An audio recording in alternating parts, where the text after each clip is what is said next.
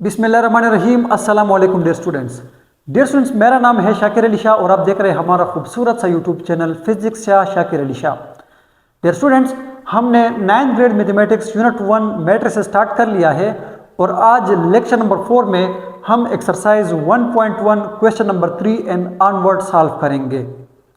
तो dear student, जिस तरह मैंने आपको बताया था कि मैं केपी के टेक्स्ट बुक फॉलो करता हूं, तो इसी बुक में पेज नंबर 6 क्वेश्चन नंबर 3 को अगर आप देखेंगे तो यहाँ पर आपको मिलता है कि एक मैट्रिक्स है।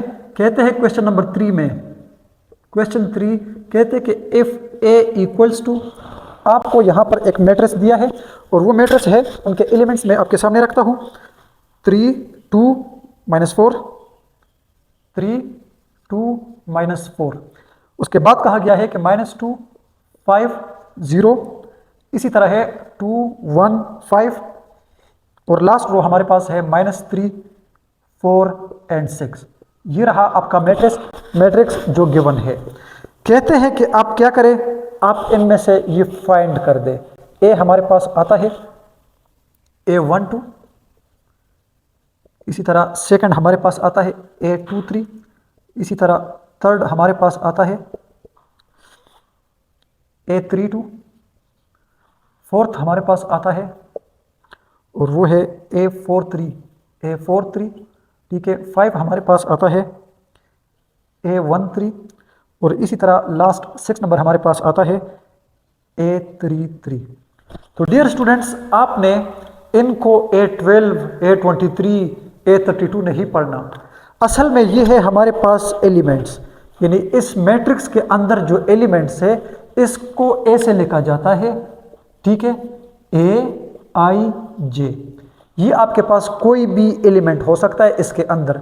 इसमें ये जो आई है ना स्टूडेंट्स, याद रखना, ये आपके पास है आई रो, आई क्या है, रो, और ये जे जो है ना, ये इसके अंदर क्या है, कॉलम है। तो आपने देखना होगा कि अगर ये आपके पास है ना A12, मैं यहाँ पे सॉल्व करता हूँ 1 2 को, A12, इसका ये मतलब है कि आप इसके अंदर देखें कि फर्स्ट रो और सेकंड कॉलम में आपके पास कौन सा एलिमेंट बनता है। तो इसका ये मतलब है कि फर्स्ट रो और सेकंड कॉलम में, इस मैट्रिक्स के अंदर फर्स्ट रो सेकंड कॉलम में हमारे पास आता है 2। इसी तरह स्टूडेंट, जब आप 2 नंबर को देखोगे तो उसमें क्या कहा गया है, A23, 2 का मतलब यहाँ पर है रो, तो ये हो जाएगा सेकंड रो थर्ड कॉलम, तो इसमें आपके पास ये 0 आता है। तो इसका ये मतलब है कि A23 जो है वो क्या है, 0 है। इसी तरह स्टूडेंट, जब आप 3 नंबर को देखोगे तो 3 नंबर में क्या है, A32, 3 का मतलब यहाँ पर है थर्ड रो सेकंड कॉलम। तो स्टूडेंट, फर्स्ट सेकंड थर्ड, ये है आपके पास थर्ड रो और ये फर्स्ट सेकंड, ये आपके पास कॉलम आता है, तो ये वाला एलिमेंट आता है, ठीक है स्टूडेंट्स। तो इसमें वो क्या है, 1 है। इसी तरह 4 नंबर में जब आप देखोगे तो वो क्या है, A43 का मतलब ये है कि इसमें फोर्थ रो और थर्ड कॉलम, तो ये आपके पास एलिमेंट बनता है और ये है 6, क्या है, 6। A43 जो है वो क्या है, 6 है। इसी तरह स्टूडेंट, जब आप 5 नंबर को देखोगे तो उसमें वो क्या है, A13, यानी फर्स्ट रो थर्ड कॉलम, तो इसमें ये एलिमेंट आता है, यानी A13 जो है वो क्या है, -4। इसी तरह स्टूडेंट, जब आप 6 नंबर को देखोगे तो वो क्या है, A33। तो आप मुझे बता दें कि इस मैट्रिक्स के अंदर थर्ड रो थर्ड कॉलम में कौन सा एलिमेंट है। तो आप ये मुझे कमेंट करके बता दें कि इस मैट्रिक्स के अंदर थर्ड रो और थर्ड कॉलम में आपका कौन सा एलिमेंट बनते हैं। तो स्टूडेंट, ये था हमारा क्वेश्चन नंबर 3। अब हम देखेंगे क्वेश्चन नंबर 4 को, ठीक है। वो क्या कहता है, क्वेश्चन नंबर 4 क्लियर है। कहता है कि which of the following matrices are equal, which of the following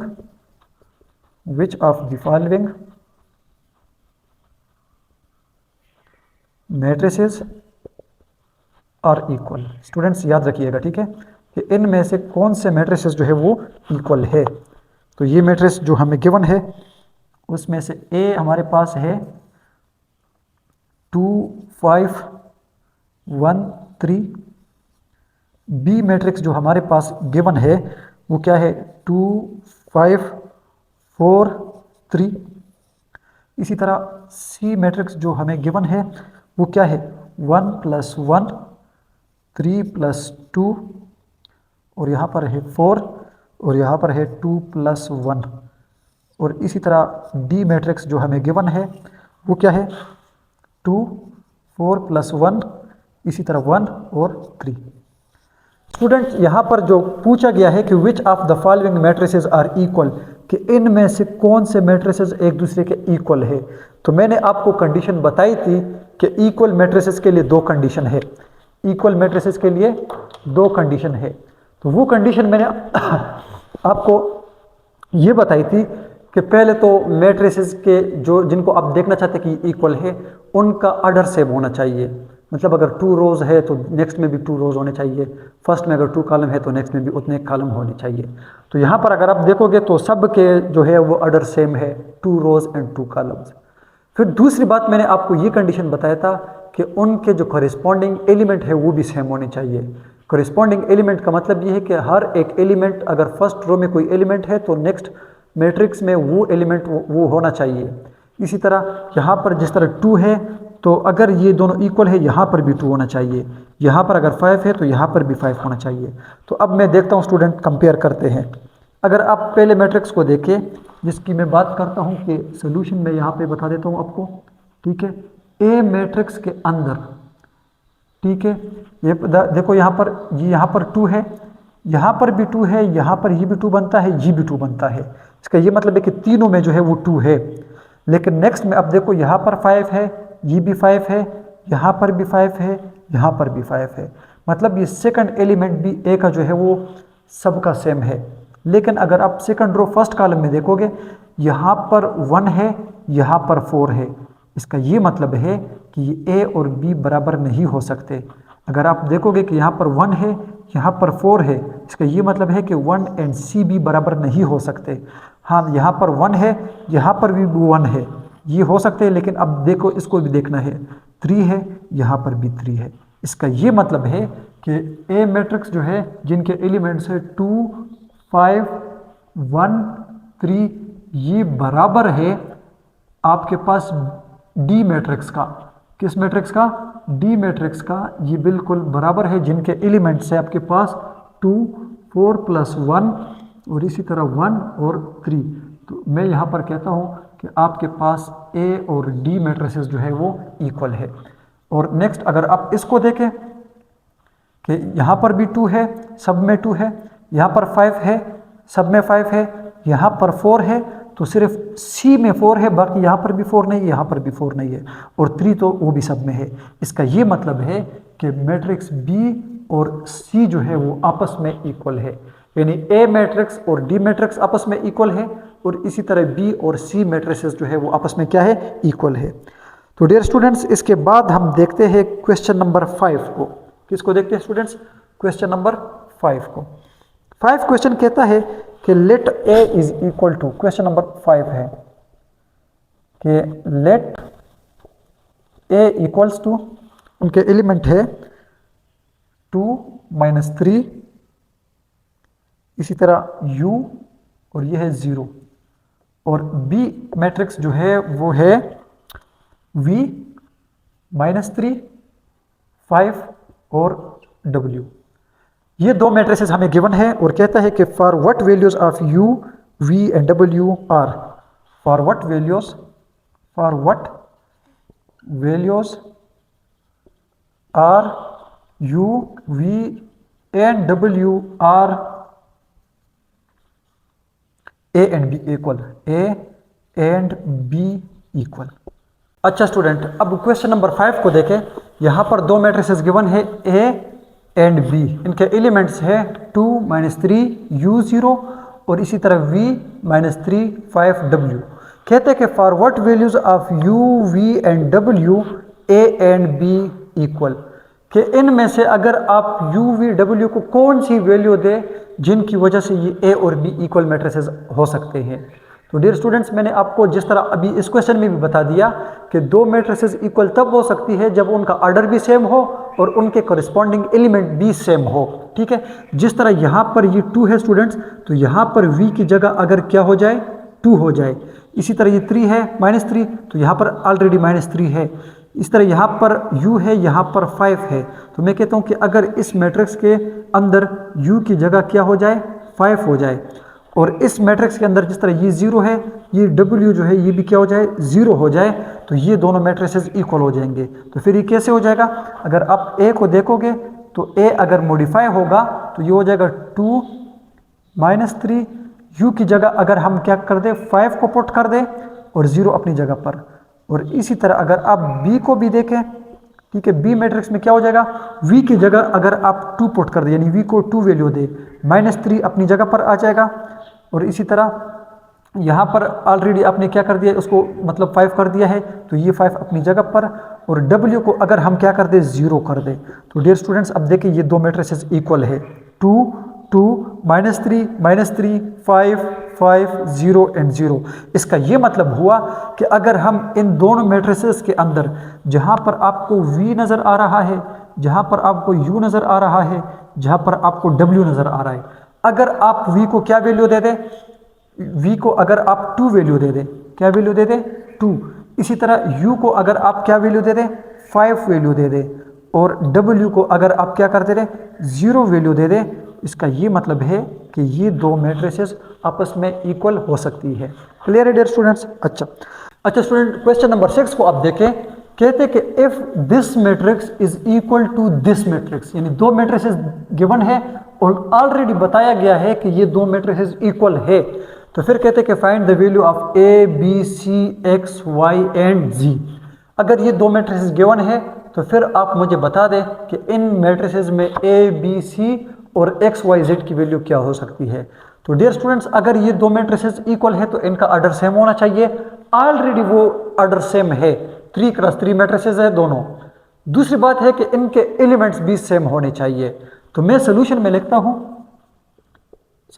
हूं कि कंपेयर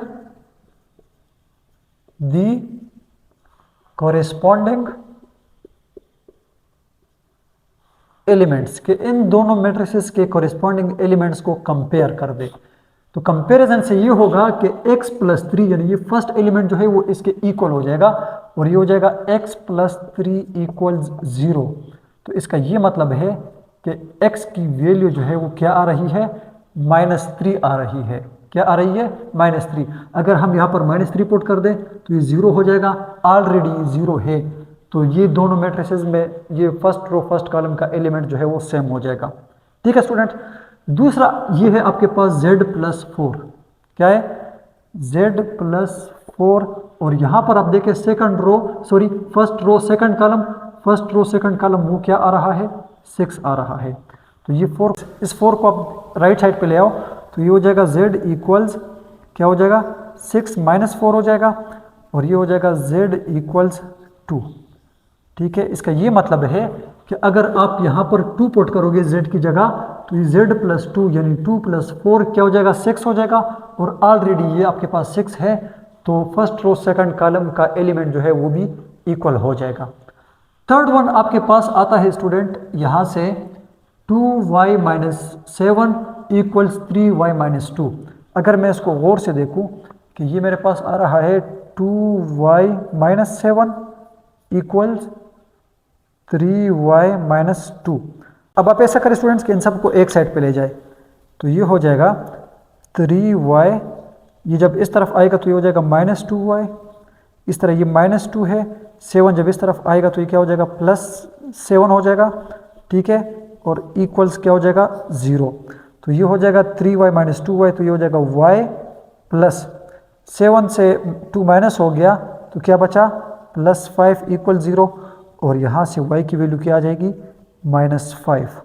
तो ये आपके पास देखो, एक आपके पास x की वैल्यू आ गई, एक आपके पास z की वैल्यू आ गई, और एक आपके पास y की वैल्यू आ गई।